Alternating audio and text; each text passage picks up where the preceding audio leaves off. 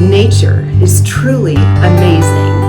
For billions of years, volcanic activity has created about 80% of the Earth's surface above and below sea. Not unsurprisingly, volcanic activity is still creating new islands and land masses throughout our oceans, with Hawaii being the only U.S. state that is actually gaining, or I guess growing, new lands. In fact, an underwater volcano in the South Pacific began spewing lava and gas in September 2022, and within 11 hours created a new island that's now visible from space per NASA's Earth Observatory.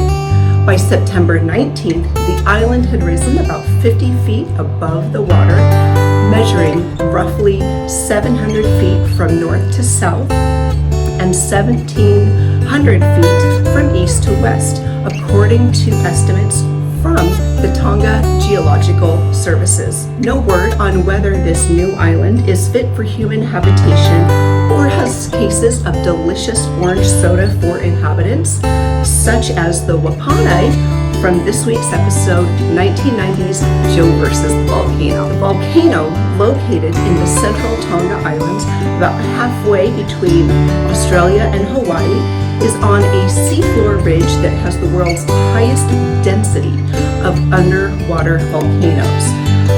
Tonga, an island nation, is actually a cluster of 170 islands. Other notable island nations include the Philippines, Indonesia, Japan, and of course, our own state of Hawaii. The eruption began on September 10th on the Home Reef Seamount, spewing lava into the ocean.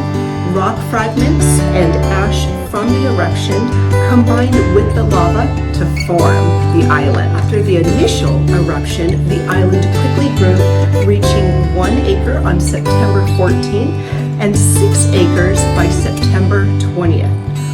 A September 24th public notice from the Tonga Geological Services pegged the island surface area at 8.6 acres. And this isn't the first time that the home reef has birthed islands. Eruptions recorded in 1852, 1857, 1984, and 2006 produced new land masses, but these islands eventually disappeared faster than Wapane. Waves and currents, and not a volcano, eroded the volcanic rock, breaking down the young land masses. This new island might face the same fate, but for now, it's too early to tell. Though these islands usually disappear, a 2014 eruption created a landmass that has persisted and even hosts plants and nesting birds. So maybe orange soda and egg pagoda as a Latin, Celtic, Polynesian, Jewish chief is not far off for the island. Volcanoes are made, volcanoes vanish, such is the circle of life. Joe versus the Volcano contains themes pertaining to our shared mortality and the search for meaning and a sense of purpose in our lives.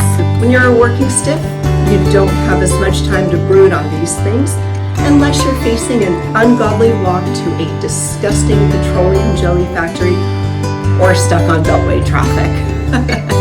And death is not an easy concept for people to square.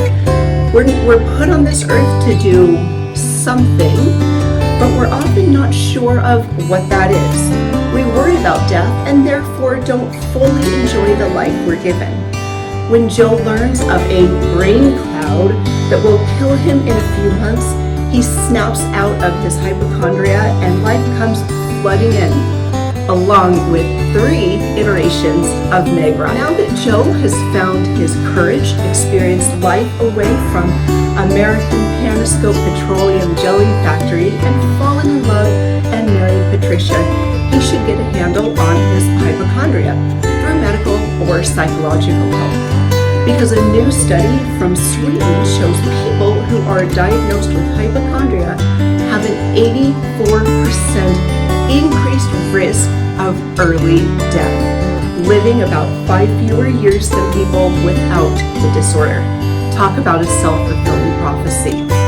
People with hypochondria are significantly more likely to die due to natural causes compared to the non-hypochondriac group. People with hypochondria ranged in age 26 to 46, and Tom Hanks, or Joe Banks, was 36 during filming, so he's right in the meaty part of that curve.